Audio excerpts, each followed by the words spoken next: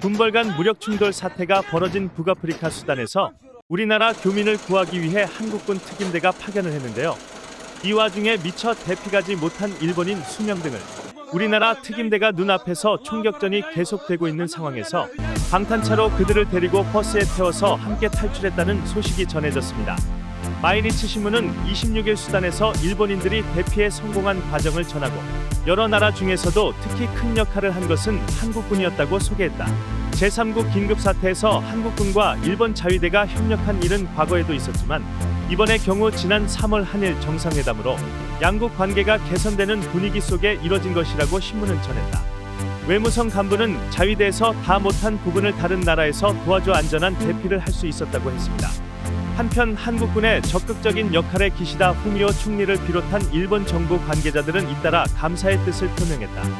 기시다 총리는 지난 24일 밤 자국민들의 무사 탈출 소식을 전하며 한국과 아랍에미리트연합 그리고 유엔의 협력이 있었다. 감사의 말씀을 드린다는 사의를 전했다.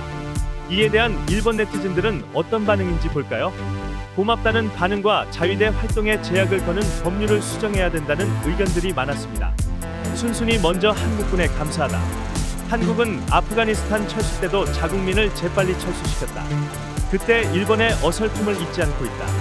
이런 일이 일어날 때마다 다른 나라의 군대에 의지해야 하는 것이 한심하다. 한심의 한마디. 어쩌면 법적인 문제나 현지 상황이 있을 수 있지만 다른 나라의 도움 없이는 공경에 처한 자국민을 도울 수 없다니 법적인 문제가 있으면 법률을 바꾸면 된다. 이런 긴급 사태 시 동포 구출에 도움 주셔서 감사합니다. 앞으로도 곤란할 때는 피차일반 서로서로 도울 수 있기를 바랍니다. 일본도 본격적인 자위대 활동을 위해 대정을 착수해야 된다고 생각합니다.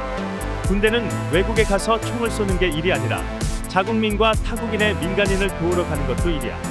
자위대는 재난 발생 시 국내에서는 도움을 줄 수 있지만 이번 수단처럼 해외 유사시에 한국군처럼 움직일 수 없고 자국민을 도울 수도 없다. 만일의 사태를 대비하여 자위대의 본연 자세를 다시 생각하지 않으면 안 되는 시기다. 이건에 대해서는 솔직하게 감사합니다. 일본 정부가 전례 없는 사태에 잘 대처했다고 생각하는데 여러 나라와 기관, 지역민의 도움이 없었다면 이렇게 성공적이었을까 하는 생각이 듭니다. 이 경험을 복습하고 국제적 기여를 통해 도움을 준 국가의 은혜를 갚기를 바랍니다. 도움을 줘서 대단히 감사드리며 이번 일에는 감사밖에 없습니다.